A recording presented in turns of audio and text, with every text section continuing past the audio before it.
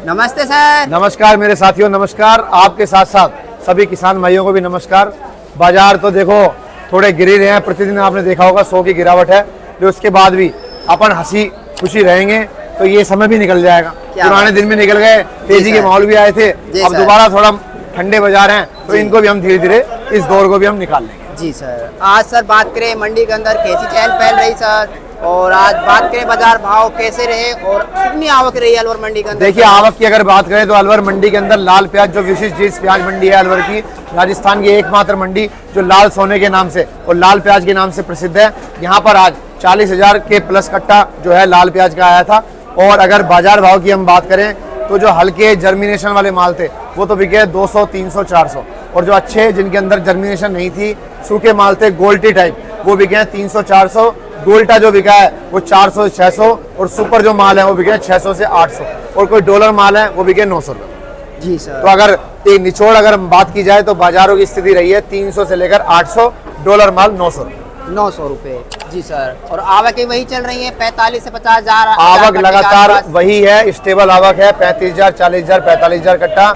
लेकिन जैसे जैसे भाव गिरता है किसान अधीर हो जाता है, और वो अमूमन ये देखने को लगता है जैसे बाजार गिरता है तो प्याज की आवक जो है बढ़ जाती है।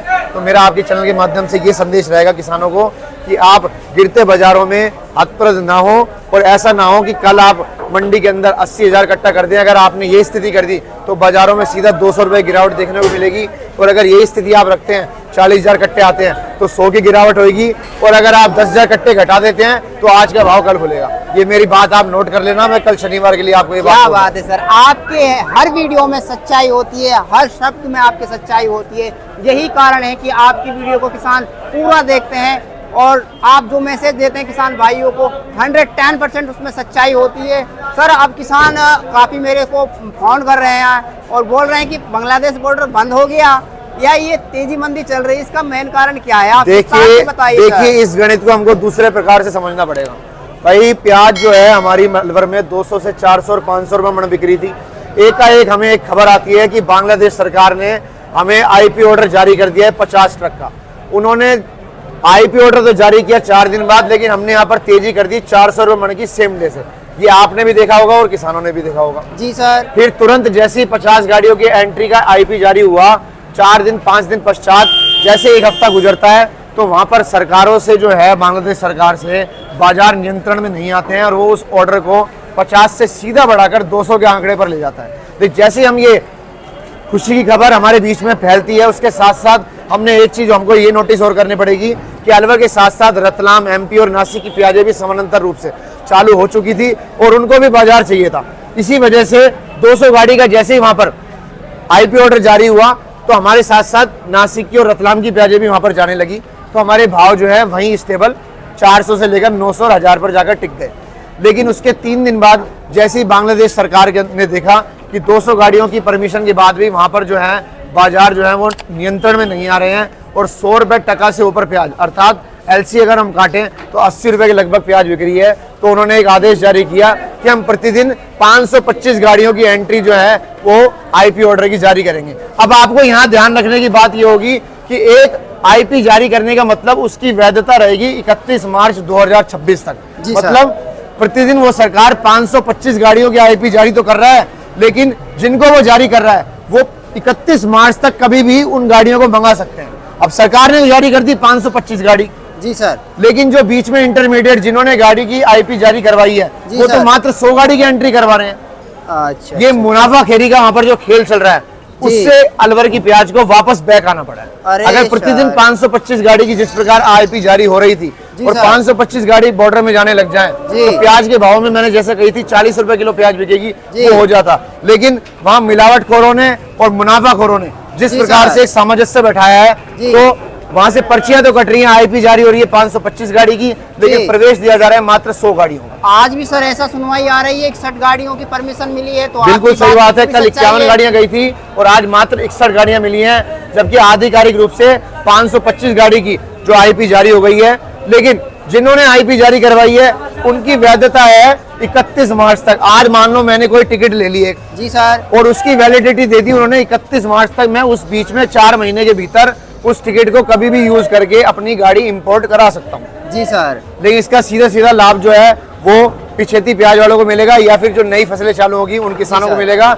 अलवर के जो किसानों को ये लाभ मिलता है वो नहीं दिख रहा है और उसी का परिणाम है कि बाजार जो है प्रतिदिन 100 रुपए टूट रहा है। क्या बात है सर, इसका मेन सच्चाई यही है। जो 525 गाड़ियों की सुनवाई आ रही है, 200 गाड़ियों की सुनवाई आ रही है, हाँ। उसमें से मात्र 50-60 गाड़ियां प्रवेश कर रही हैं और ये सब भ्रष्टाचार चल रहा है। मैंने भी बात की है कई जगह, और जिसकी वजह से किसानों को प्याज का भाव नहीं मिल पा रहा है। और भी कोई यही कारण है जो भाव जो है निरंतर गिर रहे हैं, क्योंकि हमारे समानांतर और जगह की प्याजें भी चालू हो गई हैं।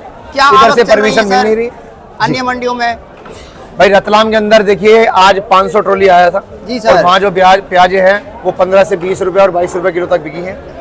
अच्छी क्वालिटी की प्याज है, जर्मिनेशन उनके अंदर होता नहीं है, तो इसलिए हमारी प्याज जो है चूंकि जहाँ भी जा रही है क्वालिटी भी जो है गिरावट हुई है, क्योंकि कूल पड़ने लगा है। आपने देखा होगा यहाँ पर भी आली गिली प्याजें आने लग गई हैं और जर्मिनेशन की शिकायत ज़्यादा आने लगी। जी बिल्कुल सच्चाई है सर इसमें तो बिल्कुल।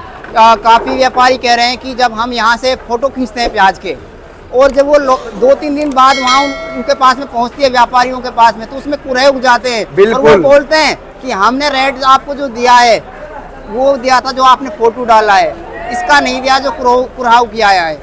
देखिए अब अलवर की प्याज अपना अंतिम चरण पर है। 15 दिन का ये सीजन है, उसके बाद तो केवल छांट छटेली माल आएंगे जो केवल हमारे यूपी पंजाब और आसपास के क्षेत्रों को कवर करेंगे। लंबी दूरी की जो प्याजें हैं वो केवल ये 31 दिसंबर तक इनकी वैलिडिटी है और 80% प्याज जो है वो खेतों में से निकल चुकी है। मात्र 20% प्याज बच रहा है और उसका भी जल्दी इसी प्रकार विपणन हो जाए। लेकिन किसान भाइयों से फिर आग्रह है अपने किसान प्याज को जो है बनाकर लाएं, धीरे धीरे लाएं, कहीं ऐसा ना हो कि सारे किसान एकदम से प्याजों से इस मंडी को भर दें तो भाव में एकाएक गिरावट देखने को आपको मिले। सर मैं अपनी समझ से बता रहा हूँ, जो प्याज में जो तेजी बनी है इसमें आप बताना कितनी सच्चाई है। मुझे लगता है कुछ तो आवक घटी थी बीच में, है ना। दूसरी ये नेफेड है, जो ये कंपनियां होती हैं जो प्याज के भाव को निरंतर करती हैं, ये भी बंद हो गई थी। तीसरी चीज़ बांग्लादेश जो बॉर्डर है वो भी खुल गया था। इसमें भाव बढ़ने में बॉर्डर नहीं, आवक ने भी बहुत भागीदारी निभाई है। दूसरी ये कंपनियां जो बंद हुई हैं नेफेड, इनसे भी तेजी आई थी। देखिए सरकारी खरीद इस समय नहीं हो रही है। जब सरकार खरीद करती है तो निश्चित रूप से एक बहुत बड़ा मार्केट जो है किसानों को मिल जाता है। कोई भी वेंडर हो प्रतिदिन 10-15 हज़ार कट्टा अगर कहीं से खरीदता है तो निश्चित रूप से बाजारों में जो है वो तेजी देखने को मिलती है। लेकिन अभी नेफेड की खरीदारी जो है चूंकि बंद है, क्योंकि बाजारों के अंदर उथल पुथल की स्थिति है, इसलिए नेफेड भी है अपनी खरीदारी नहीं कर रहा है और इसी वजह से जो बाजारों के अंदर जो है स्थिरता का माहौल आपने को देखने को मिल रहा है। जी अब मेरे को ऐसा लग रहा है जो भाव जो गिर रहे हैं दिन पे दिन, 2-3 दिन से भाव गिर रहे हैं जी। इसमें कहीं ना कहीं एक तो आवक बढ़ चुकी है, दूसरा कारण जो बांग्लादेश बॉर्डर के जो गाड़ी जा रही है उनमें कम गाड़ियां प्रवेश कर रही हैं, तो यही कारण है प्याज के भाव गिर रहे हैं या फिर और भी कोई कारण है सर? नहीं, बिल्कुल आपने बिल्कुल तथ्यात्मक रिपोर्ट जो है वो पेश करी है। यही जो 3 मुख्य कारण है उसी की वजह से प्याजों में गिरावट आपने को देखने को मिल रही है और यही स्थिति रही तो प्याज अब अगले हफ्ते स्टेबल एक बाजार हो जाएगा, तो मुझे लगता है सिमट कर 300 से जो 600 रह जाएगा, मुझे ऐसा लगता है। जी सर, काफ़ी व्यापारियों के मैसेज आते हैं, कमेंट आते हैं, कॉल भी आती है कि यहाँ के व्यापारियों से हमारी संपर्क करवाएं, तो उसके लिए काफ़ी किसान हैं जो उनका फ़ोन आते हैं कि हम कहाँ कौन सी आड़त पे प्याज लेके आए, कुछ हमें जानकारी नहीं है, पहली बार आते हैं किसान। आप तो देखिए अलवर मंडी के अंदर हमारे 37 आड़ती हैं जो प्याज का कारोबार करते हैं। अलवर स्टेशन जयपुर और दिल्ली के बीच में एक अरावली की गोद में बसा हुआ अलवर एक शहर है और यहाँ पर बहुत बड़े भूभाग के अंदर जो है प्याज की खेती होती है। आप जैसे ही रेलवे स्टेशन पर उतरेंगे प्लेटफॉर्म नंबर 2 पे आएंगे और मात्र वॉकिंग डिस्टेंस पर आपको प्याज मंडी विजिट मिलेगी और आप यहाँ पर आकर किसी भी व्यापारी के साथ काम करें, आपको उचित दाम मिलेगा, उचित तोल मिलेगा और नगद में छूट भी मिलेगी। फर्म के मोबाइल नंबर क्या पड़ेंगे सर? आसाराम भाई प्याज कंपनी, सौरभ भाई प्याज कंपनी, दुकान नंबर A7 नई सब्जी मंडी अलवर और मोबाइल नंबर है 9610161997। एक बार दोबारा से। दूसरा नंबर 9950371245। जी ये मोबाइल नंबर पे संपर्क कर सकता है। जी अब सर हम आपसे पूछते हैं, किसान जो उत्सुक हैं कि प्याज के भाव में तेजी बन सकती है, प्याज को रोकें या फिर धीरे धीरे लाते रहें? अब मुझे कोई तेजी के आसार दिखने नहीं है जी। बाजार जो है कहीं ना कहीं जाकर स्थिर होंगे जी और प्याज अपनी धीरे धीरे जिसके पास ही बची है रोके नहीं, बनाकर लाए, रोके नहीं। जी धीरे और जिन्होंने उपाड़ी नहीं है वो अब उपाड़ना चालू कर दे और धीरे धीरे लाते रहे सफाई के साथ में, क्योंकि सफाई देखी जाती है प्याज में। सब किसान आपसे दोबारा मेहनत मांगेंगे। जी बिल्कुल। तो सर आप जो रिपोर्ट देते हो ना, वास्तव में सच्ची रिपोर्ट देते हो और यही कारण है किसान इतना प्यार सपोर्ट दिखाते हैं और कमेंट भी करते हैं कि आप जो सौरभ भाई रिपोर्ट देते हो ना, वास्तव में सही जानकारी देते हो। आपका भी बहुत बड़ा बड़ा साधुवाद। आप इसी तरह हमारे जो है संदेशों को निरंतर दूरगामी बैठे किसानों उनके परिवारों तक पहुंचाते रहें और भगवान आपको इसी तरह सामर्थ्य देता रहे। हमारा और सर आपको एक चीज़ और बताना चाहूँगा मैं, अभी वीडियो ख़त्म नहीं की है मैंने, मेरी भी प्रशंसा करते हैं, उस प्रशंसा में आपकी भागीदारी होती है, क्योंकि मुझे इतना पता नहीं है बाहर क्या चल रहा है, एक्सपोर्ट कितना हो रहा है, क्या नहीं हो रहा है, सभी चीज़ की जानकारी आप देते हैं और आपके माध्यम से मैं किसानों को देता देखिए, हूं। जो हमारे पास आंकड़े आते हैं, जो हमारे पास रिपोर्ट आती है, उन्हीं के अंदर मैनिपुलेशन करके हम आप तक वो बातें पहुंचाते हैं।